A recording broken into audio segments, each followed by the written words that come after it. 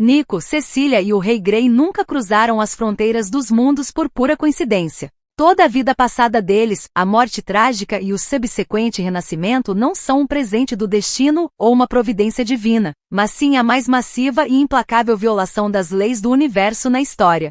3 almas humanas de um mundo tecnológico do futuro, na verdade, eram originalmente peças em um mecanismo alheio e monstruoso, cujas plantas foram criadas ao longo de séculos. A principal anomalia reside no fato de que os 3 acreditavam sinceramente que haviam recebido uma chance de começar tudo do zero. Na realidade, eles simplesmente entraram em um novo aprisionamento muito mais sólido.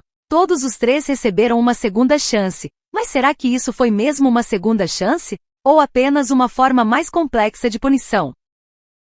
Neste vídeo, revelaremos o verdadeiro segredo da reencarnação dos 3 protagonistas e entenderemos quem realmente manipulava os fios de seus destinos a partir da sombra mais profunda. E aí, pessoal? O que vocês acham? Será que esse trio teve a menor chance de quebrar as correntes do destino imposto ainda na vida passada, ou eles estavam condenados desde o início? Espero as teorias de vocês nos comentários, e nós começamos a desatar esse nó complexíssimo. O que é preciso entender em primeiro lugar? A reencarnação no universo de The Beginning After the End está cheia de estranhezas assustadoras que não podem ser explicadas por mera coincidência. Os mortais costumam acreditar que Arthur Levin simplesmente renasceu com as memórias de sua vida passada graças a um capricho do universo. Mas se olharmos de perto para os detalhes, a lore sugere, por trás desse processo estava o cálculo gélido e secular de alguém. E aqui o enredo coloca diante de nós a primeira questão difícil. Existia de fato liberdade de escolha para esses heróis, ou cada passo deles foi calculado com antecedência? Afinal, neste mundo, a ilusão de uma nova vida frequentemente se revela apenas a preparação para mais um cativeiro. O enredo se desenrola em um rígido conflito trilateral, onde Nico, Cecília e Grey se tornaram moedas de troca. Em algum lugar nas sombras, um jogador tentava criar uma arma capaz de matar deuses. Outro estava pronto para destruir civilizações inteiras, apenas para manter a ordem existente. E entre eles estavam 3 almas humanas comuns. Na verdade, há razões para acreditar que o jogador oculto desta história trabalhou em grande parte às cegas, experimentando com a mecânica de invocação de almas. E a lore deixa claro que foi justamente Nico quem se tornou sua primeira vinculação bem-sucedida no novo mundo. O mais trágico é que aqui Nico recebeu absolutamente tudo o que queria na vida passada: poder, status e reconhecimento.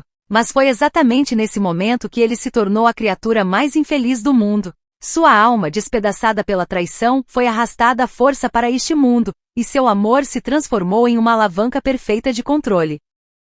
A lógica do mundo ditava regras severas. Um único soldado forte não é capaz de mudar o equilíbrio de forças. O verdadeiro e principal objetivo de todos esses experimentos sempre foi o legado Cecília, uma entidade capaz de manipular a mana de forma ilimitada, ignorando completamente as leis dos Azuras. O terrível paradoxo é que a pessoa ao redor da qual todo o plano foi construído era quem menos controlava o próprio destino.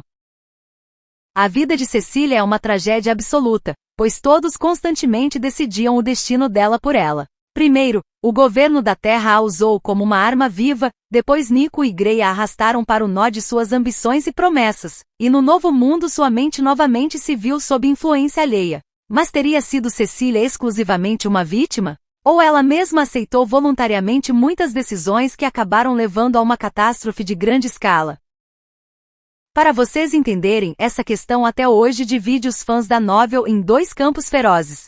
Nesta realidade funciona uma lei cruel: quanto mais perto você chega do poder de um deus, menos chances você tem de continuar sendo humano. Cada novo conhecimento exigia a destruição de seus destinos passados. Mas aqui surge uma pergunta que até hoje gera debates calorosos. Se o objetivo principal sempre foi Cecília, então por que justamente Grey apareceu primeiro?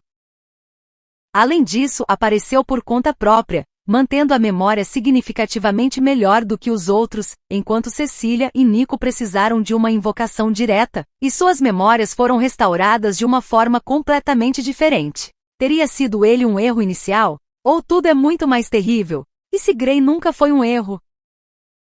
E se a sua aparição desde o início fosse uma parte obrigatória e necessária do processo, que o organizador simplesmente não conseguiu calcular até o fim, transformando Grey no principal fator imprevisto? Talvez esse arquiteto secreto também não entendesse completamente quais forças fundamentais estava desencadeando ao interferir rudemente no mecanismo da reencarnação. E o mais doloroso na história de Grey é que ele nunca pediu por essa segunda chance.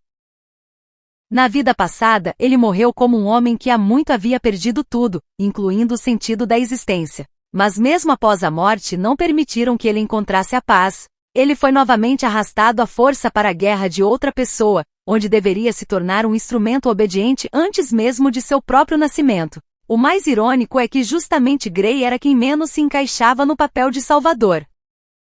Na vida passada, ele foi um homem que se desiludiu completamente com as pessoas, perdeu amigos próximos e aprendeu a viver em solidão absoluta. Mas foi exatamente esse homem que no final se tornou a última esperança deste mundo. E aqui surge mais uma pergunta desconfortável, que frequentemente é silenciada. Até que ponto o próprio Grey é culpado pela tragédia de Nico e Cecília? Afinal, foram justamente suas decisões difíceis, ditadas pelo dever na vida passada, que se tornaram uma das principais causas da destruição do relacionamento deles. Como se viu, todos os três foram simultaneamente vítimas e culpados de sua própria tragédia, e todas as três almas se viram novamente como peões de alguém. Mas quanto mais fundo cavamos nesta história, mais evidente se torna um detalhe assustador. Por trás de tudo isso não estava um processo aleatório, ou a vontade cega do destino. Alguém durante anos direcionou intencionalmente essas almas para um resultado específico, utilizando minuciosamente seus principais traumas, medos e apegos. O mais assustador é que essa pessoa nunca as viu como seres humanos. E esse arquiteto, como se descobre muito mais tarde, era Grona Vritra. Foi ele quem construiu as paredes dessa armadilha secular. E aqui surge a questão profunda desta história. Se os destinos dos três foram planejados com antecedência, quantas decisões em suas vidas eles tomaram por si mesmos? Pode um homem ser livre se sua alma já foi escolhida para um papel específico? Talvez toda a luta deles não tenha sido pela vitória sobre os inimigos, mas pelo direito de fazer, ao menos uma vez, sua própria escolha independente. E se a liberdade de escolha só apareceu para eles depois que o plano de Agrona começou a desmoronar?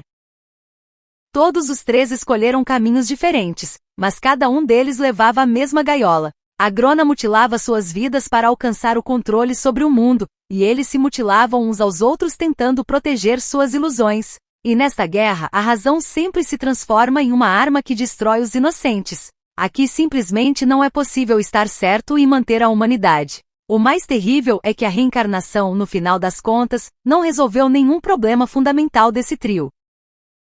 Nico não se livrou de sua obsessão cega e destrutiva. Cecília não obteve a liberdade desejada. E Grey não encontrou a paz tão esperada. O novo mundo deu a eles um poder colossal, novos nomes imponentes e oportunidades ilimitadas, mas as velhas feridas os seguiram através da própria morte. Para vocês entenderem, a história das três almas parece tão trágica justamente porque eles conseguiram cruzar a fronteira entre os mundos, mas não conseguiram fugir de si mesmos. Talvez, neste mundo, não seja possível curar o passado apenas mudando de receptáculo. No final, o segredo da reencarnação das três almas nunca foi uma história sobre transmigração de almas. Talvez o conflito principal desta história nunca tenha sido a guerra entre Dikaten e Alakria. Na verdade, foi uma guerra entre o destino predeterminado e a liberdade de escolha. É uma história sobre pessoas que passaram a vida inteira tentando escapar de roteiros impostos. Agrona perdeu justamente porque via em Grey, Nico e Cecília apenas variáveis sem alma em suas equações. Mas seu plano desmoronou no exato momento em que um de seus instrumentos-chave simplesmente deixou de ser um instrumento. Quando o homem, cuja vida foi inteiramente escrita por mãos alheias, recusou-se pela primeira vez a jogar o papel que lhe foi atribuído e escreveu sua própria história. Quem desse trio sofreu mais? Grey, que perdeu 2 vidas e está condenado a lutar eternamente pela paz. Nico, que se tornou refém de seu próprio amor cego. Ou Cecília, a quem a vida inteira absolutamente ninguém permitiu escolher por conta própria. Espero os pensamentos de vocês nos comentários, mandem ideias para as próximas análises.